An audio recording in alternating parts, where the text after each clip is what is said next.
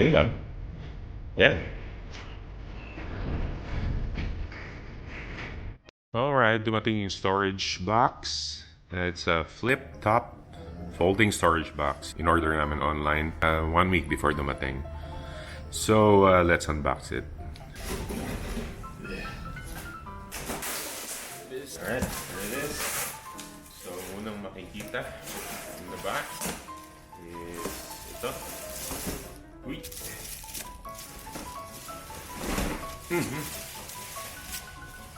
Na mag-ingat.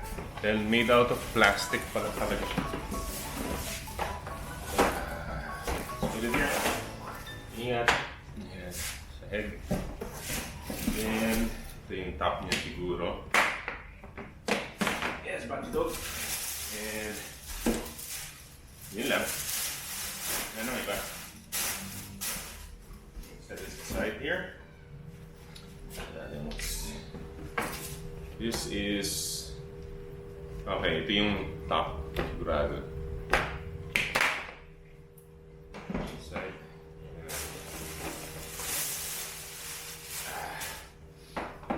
Okay. Oh! Okay. Palit na.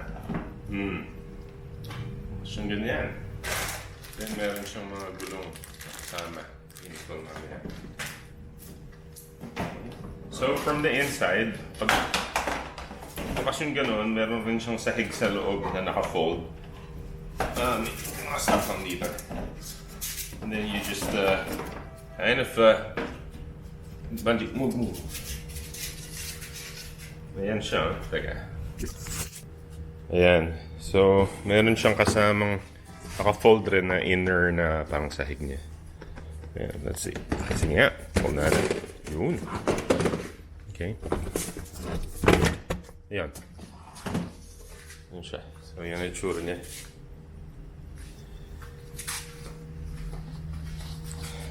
Ikot. Yes. Okay. Now, meron siyang pintuan yata dito sa harap.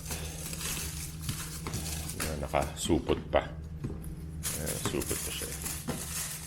Siya, from the inside, naka-lock pala siya from the inside. So, pagka tinanggal... Yun. So, ito pala siya. Pagka tanggal na yung plastic. Tanggalin natin yung plastic. Bakit parang... okay. Plastic lang pala. I will leave it there. Ayan siya. Para ma-lock siya. Ayun. Isa-isa. To lock it. Ganyan. So, parang handle niya rin. Oo. Ganyan. Okay. And then, meron siyang cover. Assuming na parang ito siya. Ayan. Okay. So, talagang literally, papatong mo lang at i-fit mo lang talaga eh. Ayan. So, i-fit mo lang siya. Yun. Okay. So, I think kailangan ito pumasok sa loob. Itong mga to.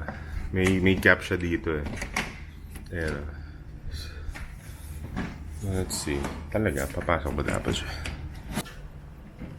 Should dapat yan. Oo nga. Yun. Dapat pala, isaran nyo yung ito.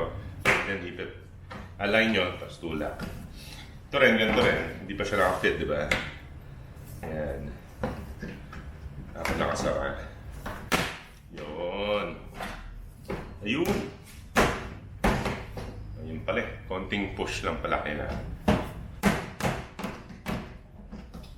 That's it. Nice. So may access from the top. And may access ka rin dito. Kaya lang ito.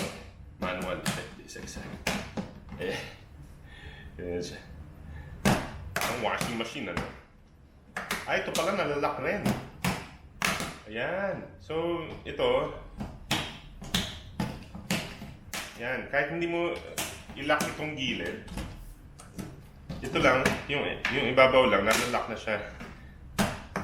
Ayan o, enough na siya. Pero, the whole security, safety, yan, sarado. Nice. Now we install this gulong. Gamitin natin yung box pang patong para hindi magasgasan. Aha. Ayan. Okay.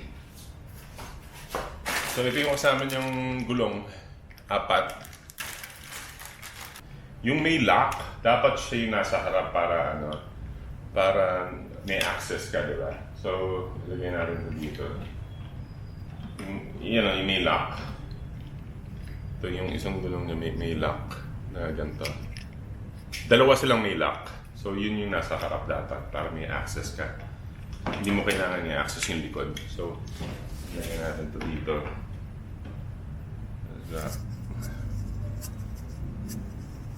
Ayan. So, dito lang yan. Pinapress lang naman. Dali lang. Ayan o. Fit na siya. Madali lang. So.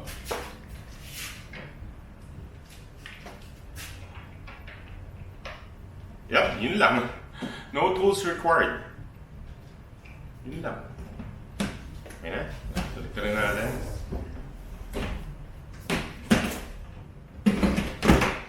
Pinadap. Press ulit natin yung sahig. Yung loob. And that's it. Other side. Yun na. So you can access it from here. Hindi just lang pagbukas ng harap kasi 4 silang lock. Ayan. And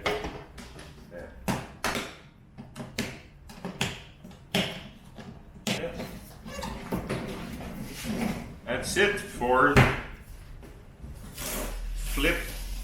flip top storage box. Ang daling ikabit. Mukha lang mahirap pero literally foldable lang siya. So pagka in-unfold mo, makikita mo pa agad kung paano ikabit-kabit. Yan.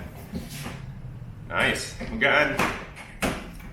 And ang purpose daw nito is for linens or kumot, parang gano'n, or kayo. Pwedeng storage, whatever.